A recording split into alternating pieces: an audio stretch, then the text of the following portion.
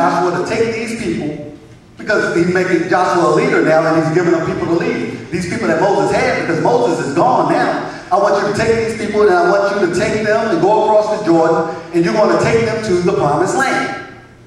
So God gave Joshua people to lead. Just like when he gave Moses people to lead. And we're going to look at that a little bit later. So Joshua led the people of God the way God had instructed him to lead them.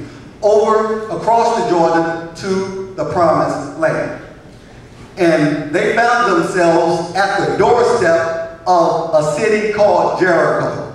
This was their first major conflict when they got into the promised land. See, just because you got a promised land don't mean it's not somebody there that's holding it.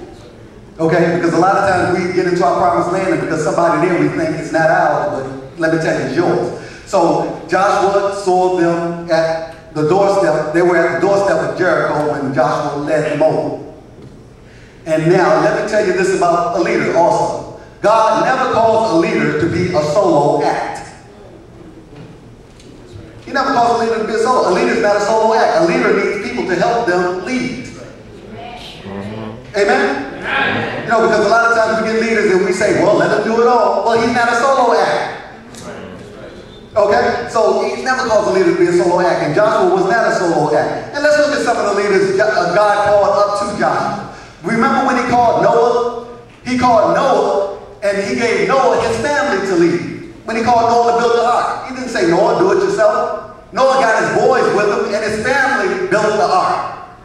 You know, so he gave them people to lead. He gave Noah his family. When God called Abraham, he didn't say, Abraham, go out to a place by yourself. He said, no, I want you to take up all your kids and everything that you have, and I want you to go to a place where I'm going to send you. But he wanted Abraham to take his family with him.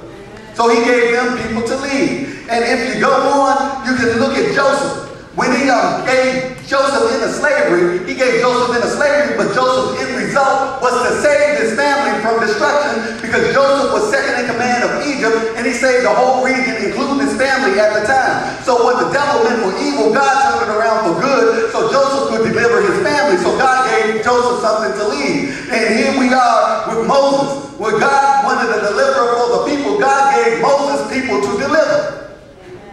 So God, he always gives a leader people to lead, and now we're at Joshua, and God wanted Joshua to raise up his family to this place that he had promised them, that he was taking them on the way with Moses. But now that Moses is gone, God is bringing Joshua up with these same people that Moses had to a new place in time, and that new place in time is called the Promised Land. God will always give a leader people to lead.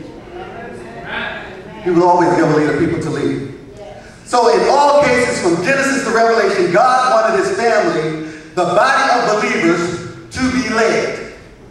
God would never send a body of believers out not to be led. God never said, go and go for it, all of you. He always gives his people leaders. That's a blessing when God does that. Amen? Amen. Everybody listening real good. We need to listen because we're talking about the body. Yes. One body. So when God called people to work as one body, listen, when God called people to work as one body, everybody benefits. Everybody benefits. Nobody is left out when God calls us as one body and we move as one body. You know, if I as a person inherited $1 million, my whole body, my physical body, all of me, look at me. All of me benefit. My feet benefit. I don't inherit $1 million and say, well, foot, I don't need you no more. And take off my foot, hand, I don't need. No, my whole body benefits. I got to take all of me. I don't take my head off and say, I don't need that no more. I got $1 million.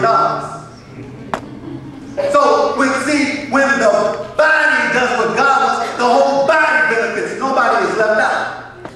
And the devil got us so messed up that we think that we need to do it as individuals. People will come to church and say, well, I got to make my own way. You benefit when you're in the body, not when you're an individual. Okay, so as we look at this, when God causes people as one body, everybody benefits. Now, this is a spiritual principle that works, and it works very, very well. And this spiritual principle is not easily overcome when the people work as a body. Because we look at, great ministers of, maybe our day now, and we look at them as individuals, but none of the individuals made it without a body. I can bring up the name T.D. Jakes. He did not build that ministry on his own. He built his ministry because the people acted as one body and the ministry got built. Creflo, he did not build that ministry on his own. He would have killed himself had he done that. No, the people acted as one body and the ministry grew. Charles Stanley did not build his ministry on his own. Billy Graham, Fred Price, you name them, none of them built their ministry on their own. The people acted as one body and everybody benefited, but we see the people up front and we think they did it alone. No, they did not do it alone. But everybody in that ministry benefits. They benefit because they acted as one body. So if we look at the book of Nehemiah, Nehemiah teaches us about this one body principle. In Nehemiah, when they had an almost impossible task, when the walls of Jerusalem were burned down to the ground, Nehemiah built them up with the work of the people and the help of the people because they acted as one body.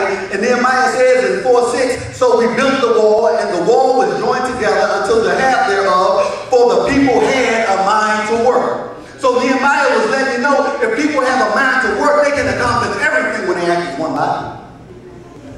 Amen? Anybody hearing me today? If you hear me, just wave your hand.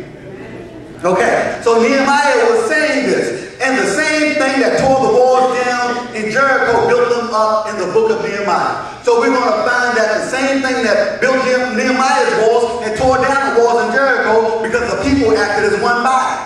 Now, why did the walls fall? Because the people acted as one. That's why the Jericho walls fell. They didn't fall because Joshua did anything. They fell because the people followed the leader and they acted as one body and the walls came down. And I can prove it to you. And I'm going to prove it to you. Now, look at Joshua 6:1 if you have your Bibles open.